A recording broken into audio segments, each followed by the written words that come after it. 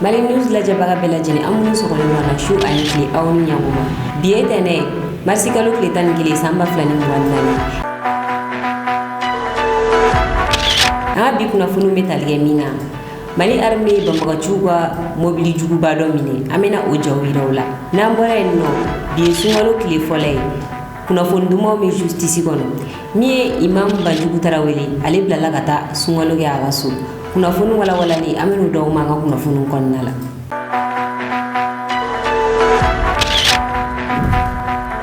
aw bismillah wa kuna fonu ngono niwe talige la kana kuka kuna fonu miseni chama mamuru la kana kukambi o folo kada okulu ganga fo miye eta islamic mogoye ani jeni mogo no yad agaliga mogoye nimba magati jagulu flakar la nyogona kunu koronya fanfe dugura be no to ko intilit ukarla nyogona otukina kele wan gela la kosebe kuna funu boraga binga fo miye jeni mogoye uluwa kelege chebado ne oyuwa komane ko onitura kelena ni ale togo yasu amadu musa ni ko en confirmera yad agali yera diga mo fe ku wani kelege chen ko ale bina wani keleina siga fo ite kuna funina o ko fe mal garde national koroni ale togo colonel Hussein Gulam ale bolla kata se mala ni wakati na abe rebellion konnala kunu kuna funi boraga binga fo kaya ga minon che ka se man fene jamfa tara jinim na no yad agali ga mo oyi waka kele mata anaka kelege minon tara unaka kelege chew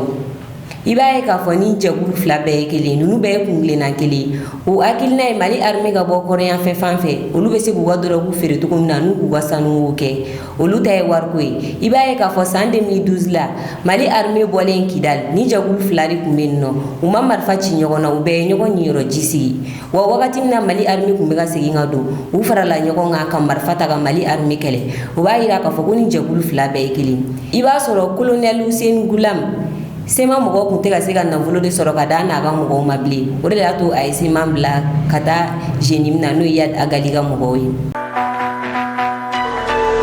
do on temeni amu ya ilo la ka fugo nyono ka sugumba ga atagira ba maga chufe arme re communique ge ni ko inga no kera marsikalo kli woro arme ya ira ka fugo ba maga chuna na kaso atage la ini guni wa mo munu me nyolo kaso bombalo kwase bulu la bochuke amna nga amasabatu bulu sabula utara ku wa shuto arme aida ka fofene ko utara ku wa mobili kilinto ay o mobili njasoro bulu ma fencha jugu bari na fa were nya mala chuke amna arme yere ka mobili koro dunga uye mobili nta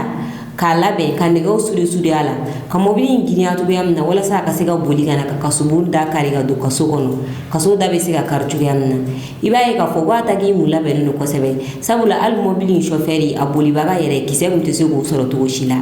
nga ina fo ba mano ma fotu amna dobe dudon wa ataki amanye soro bulo chugo shila sabula ube femi kilendo mali arme bu kemeri do ataki manyo bulo ubuli la bu wa shutu ubuli la ata ku wa mobili fenentu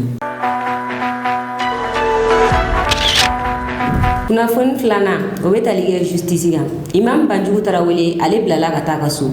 imam banjugu tarawele aga kiri jabi borabi ale gumine na janvier kalo klenani kasababu ke kay kuma do fo mi misiga jamana dum la fitine ga bla jamana nyemogola imam banjugu tarawele akuma na kura modiga a fitine limba ngabi aga kiri kera aga kiri jabi bora ayira la ka fogo imam banjugu tarawele kani kaluta ani shigin kasuga kam ngakabe amandi sefawari wa kemesara imam banjugu tarawele ablala kata kaso agata sungaloge mogo be sega fogo ni kibore dumay aga kala duma anaga misiri la mogo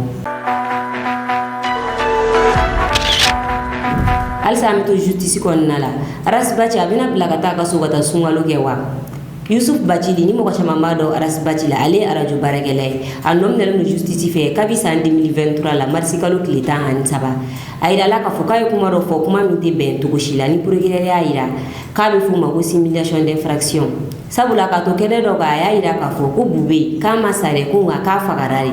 o kera sababu aras Bachi anom nelo justice fe ngaga kritige bago kunya aira ka fo ko aras Bachi ka no fo itin na ka bisi ka tagasu nga okiri o mabbe purgirel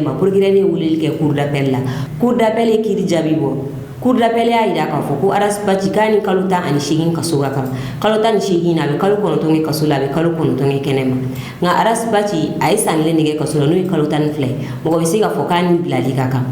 ngai bae ka fo arasbaji aga kiritigele ko mi kati tribunal fe no lugnya ida ka fo kama fo ike amata sola sabula kurigere mkele no gano mine plainte were ba contrôle tuguni ni oye kai kuma do fo ka nyeshin jamana maraba ko ma ina fo o plainte kele o betata orozi fe ne contrôle mogati se yi jigi daga ko arasbaji ko abina ka so na so ni kurigere bina blaga na ka so be ni plainte ba contrôle no ube no o fe ne kiritige arasbaji fa akumana ni kuinga no ya yere ka avugai.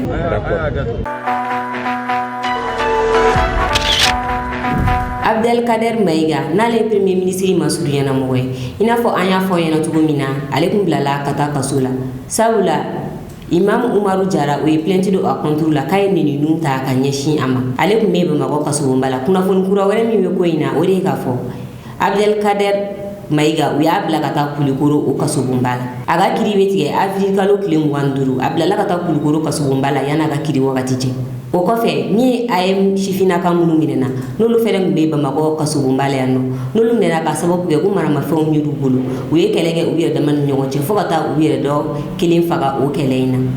o nyemo no esiri manyari olu fenen blala kata kingi yoruba kasubu mbala yani o wakiri wakati je kuna fon sabana o betalige politikiga Mie Imam Mahmoud Digo anofe mogo yoku ya ala nyini kubena kuna fundi kenesi ka sababu ke gouvernement ira ka foku watonchi na no isimasi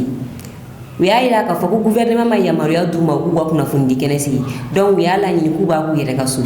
yuwa kenesi ku waso go polisu na kana gazu fio ko ku yerege o mase ku kuna fundi kenesi ble o ko fe mie M5 na le politique tombay manga mali kono ni mugati na ko sebe sabula M5 alenye moga ku me shogel ku gala Maïga bolu ngani wakati na mi comité stratégique mogoye ni oye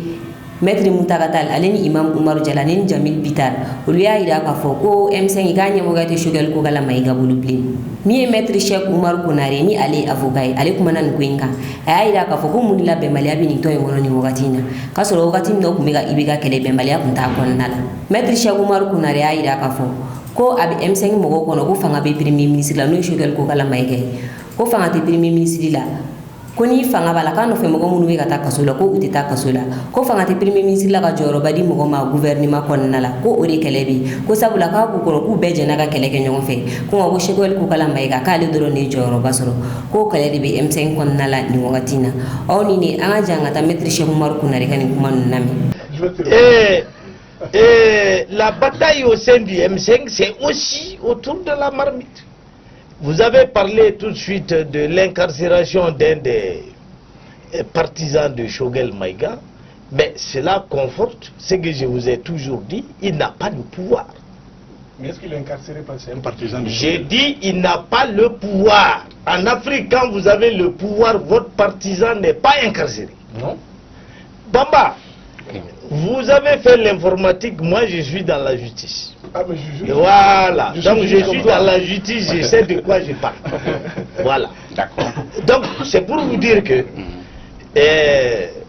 pour n'avoir pas le pouvoir, on demande à Shogel de donner ce qu'il ne peut pas donner, à savoir des postes et des marchés. Et puisqu'il n'arrive pas à donner, il faut qu'il quitte. Voilà tout. D'accord. Voilà tout le débat. Kuna fon nanna kurami wunyini na edem fe ka di male mo sungalo konnala o kurama soro nga kunu edem e program mo o program yi boli mo chama ira bolo soro sambe kuma foi famnya nga kuye ba mo karti chamando a program yi sinfe kuna fon mi ngol mi program yi konnala ibaye ka fo ya ira program yi konnala ko karti o karti kurami di ma ertan fla o koro ibe kuran soro ertan fla to gele iwo ge dibila o kuma yi ngoni fole o majamu go chamai sabula asan siriwe na lebe kurango nyemoga ya la CNT konnala ale tale baraju laje ayira ka fogo sungole na ko kuramina di maleo ma 80% nga programu mbolin fleni ubayira ka fogo kuramina di maleo ma de 50% o yemo wa chamantoro wa edem nyemogo ya ayira ka fofene ko dobe na fara kurandaka mo ya ayira ka fogo kunjigibe edem kan sungole konnala nga ko edem boru jigi woro wa fene ku kele flaga programme mboni kame ala de delu ko programme nga wasra fe ko sabula ko edem nga programme bulo yoro do la ko kurame ko nga kiba soro ko kurantinno ibaye ka fo edem nga kuran famba abebe botaji de la sande mi de wakati bula barajire mi edem nga kuran famba bo nga sisa abebe botaji de la taji dundaga gele obega kuran wo gele Niger autorité ye marfa muni Francis soldat ko enquêteur yo kuna fon kuradi akola ni ado ko ndamaro am ya daw kulu kan kafo ko Niger autorité ye marfa do ye Francis soldat ko ayrola kuna fon labawna o marfa ndu meta marfa biduru an wolum flala wa Francis soldat somini ko enquête be ga yele nga suma we marfa ndu taka we ka so autorisation tu bolo kam maga marfa ndu na wa Niger autorité ya ira ka fo fene ko farasa mundu na Niger ko lisi mundu bolo ko marfa ndu te o lisila wa mugu jugu mungu bolo o mugu jugu na feno bula no illa suroketi o be fili sharirema bamaga chikela duna beba lo ngafo sharite bamaga chi bolo muna o mugu jugu suku be na Niger wa fene ani mutota ani wor ulu bebu karton no beira suro gono o suimi e kapsel le togola ona nyo na fen chama anga janga ta Niger télévision nationale ga reportage la je kuna fun laban nuna. Les Nigériens sont suspendus à la suite réservée à cette tentative de déstabilisation de notre pays. L'enquête qui a été confiée à la section des recherches de la gendarmerie de Niamey suit son cours et déjà au stade actuel, des zones d'ombre sont apparues dont il va falloir obligatoirement éclaircir. De quoi s'agit-il? Il faut préciser ici que l'introduction d'armes par des forces partenaires du Niger obéissent à un mémorandum en la matière et tout protocole signé entre le Niger et ses partenaires dans ce cadre en tient rigoureusement compte. Mais au cours de l'enquête, la liste d'armes introduites au Niger par ECAP Sahel qui ont fait l'objet d'autorisation ne correspond pas aux armes saisies lors des perquisitions. Plusieurs armes n'ont pas été retrouvées. Où se trouvent-elles? Alors l'enquête nous le dira certainement. Par ailleurs, des armes au nombre de 57 appartenant aux Français entièrement détruites ne figurent pas sur la liste des armes régulièrement introduites au Niger, donc n'ayant fait l'objet d'aucune autorisation. La destruction de ces armes est considérée par les enquêteurs comme une dissimulation d'indices de malfaisance. Quant aux lance-roquettes anti-chars et des explosifs retrouvés sur place à la Villa de la Francophonie, il n'existe aucune réglementation au Niger qui autorise leur introduction dans le pays. Dine kuyanga bikuna foni kada aw kloka aw ni ci awala jel bu nyumana biye sungalo kle folay ala ga timme bu nyumanda nambal maslame obema anga fuli bambal maslame obela jeni malikono ani malikoka aw ka me wagati were aw munu be fe ka anga kuna fonu soro sanga ani wagati aka groupe WhatsApp sanfilala obisega ni numero ko fali ngole ni oyi bi kono to ani kili moi ani kili binani bisheki ani nani hula condition fe wala ya sabu sega do anga groupe WhatsApp la abo bela jelen soro ni numero en fe